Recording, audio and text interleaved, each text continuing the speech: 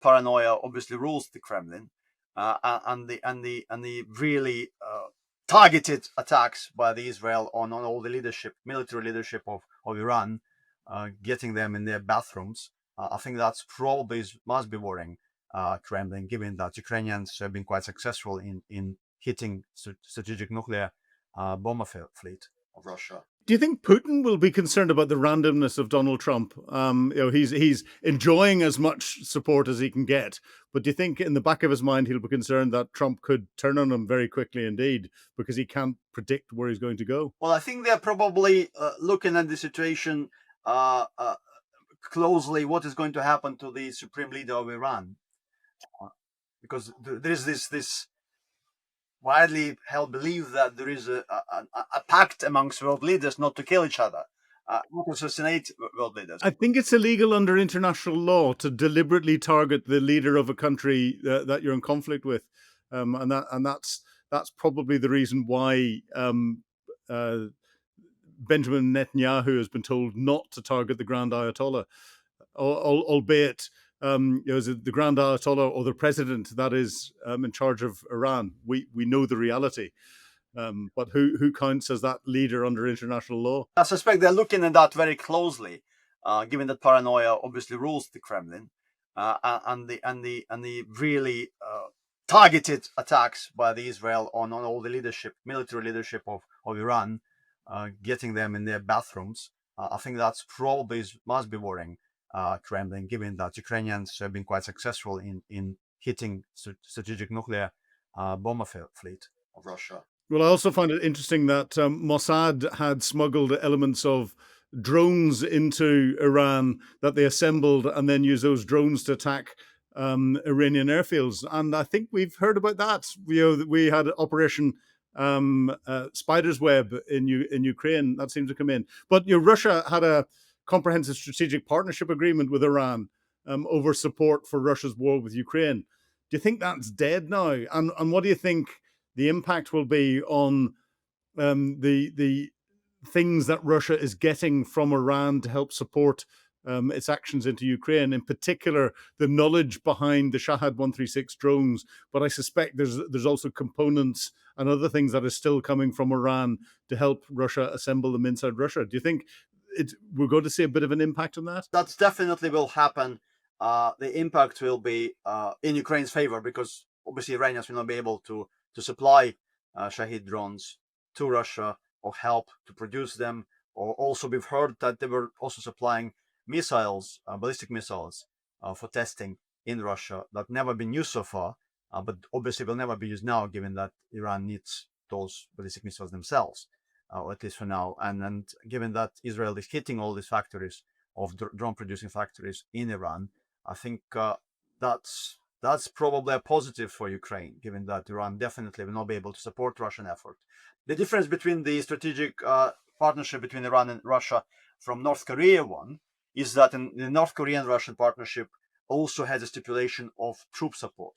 So if North Korea is attacked, Russia is supposed to send troops, and if Russia is attacked, North Koreans obviously have sent troops to fight in Ukraine. The Iranian-Russian deal doesn't have that proviso. So no Iranians in Russia or no Russians in Ukraine, in Iran. It's not as really strategic as the North Korean one. But definitely it's quite a big hit on Iran, given that Syria is gone. So Iran is next. So Russia is losing all the Middle Eastern assets that they've had so far. And that is having quite a big impact on the morale of the Russian, the fascist bloggers and all the kind of Z bloggers, because they see this mighty state has been dismantled with very precise attacks.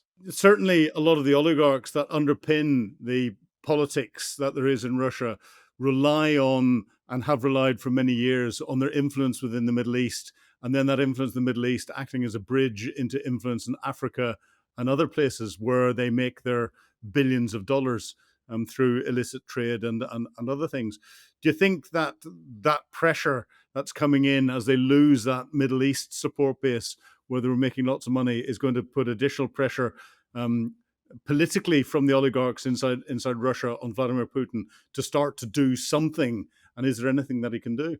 Potentially, yes. I mean, lots of them moved to Dubai in 2022, as we know, or Israel, and now they are under, obviously, in a very in a war zone.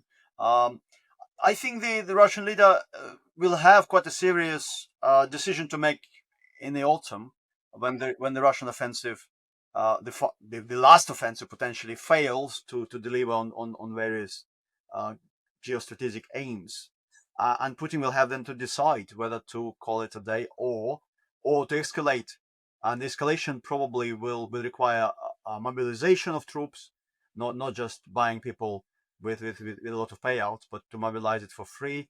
They've only done it once in October 2022. If you remember, 300,000 people were mobilized, and they're still, well, if those who are alive are still there.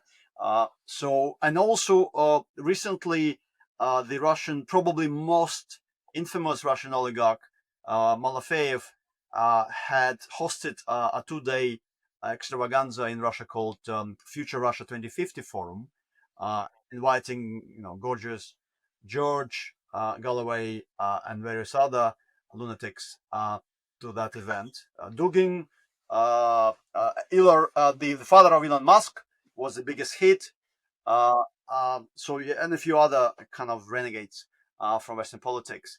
And the manifesto they produced, Russia 2050, calls for the centralized economy. Obviously, the movement of the Orthodox Patriarch from Constantinople to Moscow, mobilization, and it's a kind of a proper fascist, kind of theocratic religious state. So I think in October Putin will have kind of an option either to de-escalate and go for a ceasefire, or then to go proper fascist. Okay, so October we'll put that in the diary. The other silent partner that there seems to be at the moment is China. China's given tacit support to Russia, but it seems to be sitting on the fence very much so. Militarily, economically, and all the rest of it, playing a longer game. What do you think China's getting out of this? Its interactions got with Russia, and in particular, providing support for Russia's war in Ukraine. Well, we know that Chinese leadership is quite keen to reconfigure international order, right? And to put China up front, and therefore it's using presumably Russia as a kind of icebreaker or battering ram to hit the West, and to obviously create also a division between Europe and the US. So decoupling Europe from US is a Cold War, right? Dream of the Soviets, and I presume the same dreams Beijing have. So they're getting quite a lot of positives out of that relationship. They're getting obviously a vassal state with unlimited supplies of hydrocarbons. They're even not able to consume all of those gas and oil supplies that Russia is capable of producing and supplying. So they're getting quite a lot of natural resources, and they're getting, I think, most importantly, the geostrategic plus is that Russia is hitting West quite hard. So at a strategic level, Russia has lost in its war with Ukraine because it's failed to overthrow the Zelensky government, and it's failed to stop NATO from growing. But from a grand strategic perspective, Russia and China are winning because they've created that massive split between the United States and the EU, and they're exploiting that for their own interests around the world. What an interesting thought. Am I in the right ballpark? Yes, I mean, obviously they didn't create Donald Trump, right? They didn't create MAGA movement, but they're quite carefully exploiting that particular polarization in U.S. politics, and they'll have been watching it grow for years, and also supporting that through social media campaigns, as we know in 2016 during Trump's first election. How they carefully the Russia Today and all the other. The Russia Today is now currently the richest broadcasting corporation in the world. They're getting billions and billions of funding, and Margarita Simonyan is the boss of it. So obviously those money are producing some level of support, given that they have multi-language channels, and as BBC is cutting its own provision of foreign language production, and BBC World is has been cut as we hear now. Russia is actually filling that void, and now Radio Free, Voice of America is gone. Radio Free Europe, Radio Liberty has been cut. So effectively, all the Western soft power broadcasting has been in decline, whereas the CCTV 13 and all the Chinese television is been supported quite well, funded quite well. Well, it's interesting. An old American intelligence colleague of mine who used to work for me in a past existence. I was talking to him on the phone last year, and he was saying he watches Russia Today all of the time because he likes it, and that is his first choice of news channel, which is really quite worrying because he lives in the United States. But again, if we look at what's going on geopolitically, do you think the EU, Europe, coalition of the willing, whatever we want to describe it, has A, the political drive, and B, the economic and political wherewithal to step up and maintain the levels of support that Ukraine needs in its fight against Russia's illegal invasion, now that the United States seems to be not just stepping back, but almost running backwards? Well, I think the coalition of the willing would have been stronger if the UK would have been in the EU, obviously, given that they'll be sitting at the same table, not different tables. The positive noises from Berlin are promising, right? The new chancellor is quite keen on getting on board and getting kind of some sort of leadership, getting some leadership out of President Macron, and probably that is good, given that Germans are serious about rearmament and changing their defense posture. So that's a plus. It's very slow, Philip. Yes, everything is very slow. We're already almost 4 years into the war, 3.5 years, and we're still discussing stuff that should have been done 3 years ago, or even prior to that. So Europe seems to be moving really, really slow, and I'm really concerned about that, given that the Russians are, pressing on the front line. So come on, I'm going to recruit you now. You're a special advisor to the EU and to the UK Prime Minister. What recommendations would you be making to say how best to deal with Russia and to have the quickest results? And what would they be? Well, I think Ukraine needs to have frontline support, and that requires Air Force, right? That requires not just a couple of F-16s or a couple of Mirage fighter jets, but it requires more air support. And I would presume, ideally, you would need to have Western pilots flying those jets, given that there are a lot of Western pilots, and some of them will be willing to volunteer for that mission. So I think hundreds and hundreds of fighter jets and bombers would be probably the best thing, which is not as escalatory as some other potential weapon systems, but that will probably be quite an enormous help for frontline troops, because they've been bombarded every day with these enormous, 1-ton bombs. Yeah, the glide bombs that they're using. Glide bombs, half a ton of glide bombs, and thousands and thousands are dropping on the trenches, destroying everything, and that definitely can be stopped by Western jets. Well, interesting. So, at the moment, can you see any light at the end of the war tunnel, or do you think we're still going to be talking about this time next year? Well, we'll definitely be talking about this in October, or late autumn. But I think in late autumn, a major decision will need to happen in Moscow, whether they will continue with the war, but that needs a very different war machine. That would require mobilization, that would require really nationalization of all the industries, that would require war economy, that would require, confiscation of all the oligarchs' wealth, that would require potentially confiscation of Russian savings.